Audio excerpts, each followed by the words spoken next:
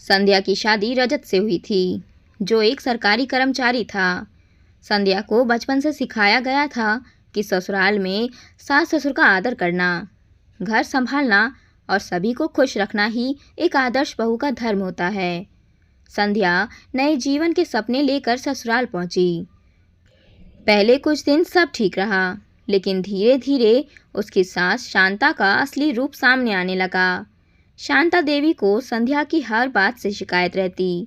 कभी उसकी चाय में कम चीनी होती, कभी रोटी गोल नहीं बनती, तो कभी पूजा ठीक से नहीं करती। हमारे ज़माने में बहुएं दिन में 4 बार झुककर प्रणाम करती थी, और तू तो जैसे कोई रानी हो।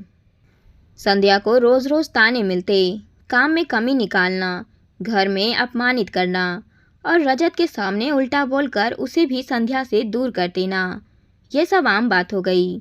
शांता देवी उसे कभी कभी बिना खाना दिए सुला देती या उसका बनाया खाना फेंक देती। संध्या कुछ कहती तो जवाब मिलता, ससुराल में बहू बोलती नहीं, सहती है। रजत पढ़ा लिखा था, लेकिन माँ के सामने मुंह नहीं खोलता था। वह अक्सर कहता, माँ बूढ़ी है, गुस्से में कुछ भी बोल देती है, तुम चुप रहा करो। लेकिन ये चुप्पी संध्या को अंदर ही अंदर तोड़ रही थी। उसका आत्मविश्वास, उसकी मुस्कान, उसकी जिंदगी, सब कुछ धीरे धीरे खत्म होने लगी। एक दिन शांता देवी ने उसे धक्का दे दिया और वह गिर गई। उस दिन संध्या की चुप्पी टूटी। वह उठी, अपनी आंखों में आंसू नहीं, आग लिए बोली, मैं बहू हूँ, गुलाम नहीं। अगर बहू होना गुनाह है तो मैं ये सज़ा अब नहीं भुगतूंगी। उसने पहली बार अपने मायके फ़ोन किया और सब कुछ बता दिया। उसके माता पिता ने उसका साथ दिया और उसे कुछ समय के लिए घर ले गए।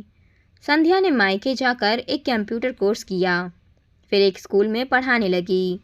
धीरे धीरे उसने अपनी एक पहचान बनाई।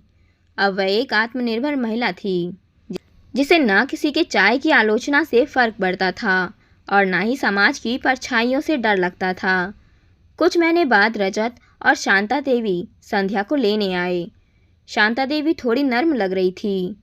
उन्होंने धीमे स्वर में कहा, मुझे माफ़ कर दो बहू, हमने बहुत गलत किया। संध्या ने उन्हें माफ़ तो कर दिया, लेकिन इस बार उसने शर्त रखी, मैं अब वही बनकर नहीं लौटूंगी जो पहले थी। अब मैं आपकी बहू हूँ, लेकिन सबसे पहले मैं एक इंसान हूँ जिसकी इज्जत करना ज़रूरी है। अब घर वही था, पर माहौल बदला हुआ था। शांता देवी ने सीखा कि बहू बेटी जैसी होती है, और संध्या ने साबित कर दिया कि चुप्पी से सहना नहीं, बोलना और लड़ना ज़रूरी होता है।